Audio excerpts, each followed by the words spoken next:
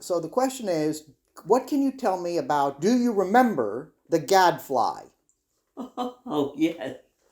The last time I had any mention of it, I told Posette that it was a great book. So she went out and she got hold of it somehow. She went to the library, I guess. And she reported back to me. I said, "How did you like that book?" She said, "That is so drippy. That is so drippy and so 19th century. Mm-hmm. If you've read that book, you ought not to confess to it, and please don't talk about how wonderful it is, because it's drippy." So, who wrote it? What was it about? And what did you like about it?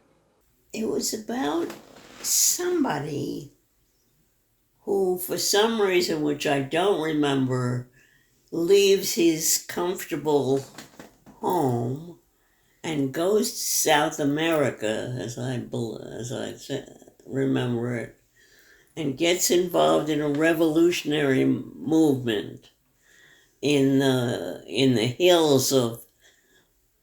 There's a couple of countries in South America that are very hilly and are always battling about property in the high hills. I remember that. I was going to say very clearly, but I don't remember it clearly. And the hero goes to that neighborhood and has lots of adventures with revolutionary movements that I no longer remember, but that seemed very important to me at the time, based on real life, but it was really a fiction. That's all I remember about her. What era was it set in? I think it would have been in the late 1800s, like 1890 or maybe 1910 or something like that. Mm-hmm. That's close enough. Do you know why you were so taken with it? Well, it was a very romantic, not in the love situation, but a very romantic idea of politics and why people go into politics, because they want to make the world better, and everybody in the book has got all sorts of trouble, but they seem to have endless amount of money from the parents or the grandparents, or money is never a consideration. They can do whatever they want because daddy gives them money, or they never mention money, maybe. It's a romantic book. It was not very realistic. Uh-huh. And it was very, everybody is either very good or very bad, or the issues were ridiculous. That guy was a romantic teenager's book, maybe a little bit older than teenagers, but not much. I realized even at the time that it was a little bit ridiculous, but I remember enjoying it. Well, you used to try and get me to read it all the time. Yeah, there you go. Unsuccessfully. I think This book was a bestseller in the Soviet Union, sold 5 million copies. The Gadfly was a bestseller? Gadfly. Here, read this whole thing. One of the most popular English novels of the 20th century is almost unknown in the English-speaking world.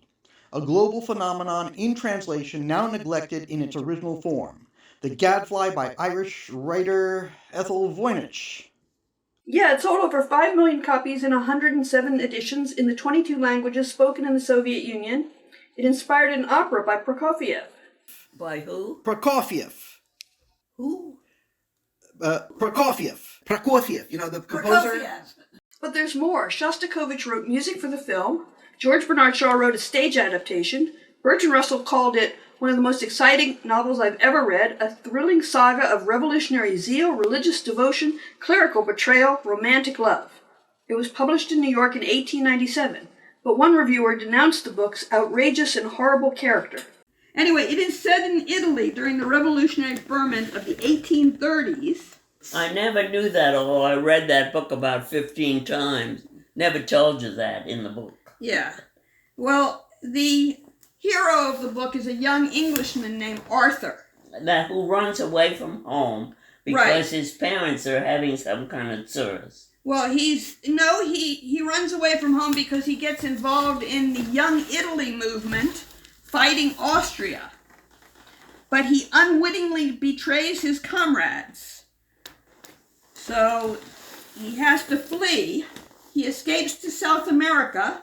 I remember that, yeah. Where he is tortured. It's treated very gently. You had to read it twice. Yeah. To understand that was what was happening.